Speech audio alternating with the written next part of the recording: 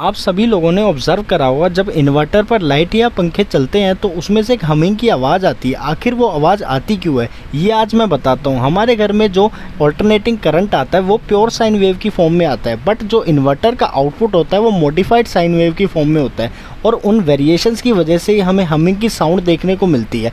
अभी मैं आपको वेव फॉर्म ड्रॉ करके दिखाता हूँ मॉडिफाइड साइन वेव की, जो कि इन्वर्टर का आउटपुट है। आप देख सकते हैं कितनी वेरी करती है प्योर साइन वेव से, और इन वेरिएशंस की वजह से ही हमें हमिंग जैसी प्रॉब्लम देखने को मिलती है। Thanks for watching.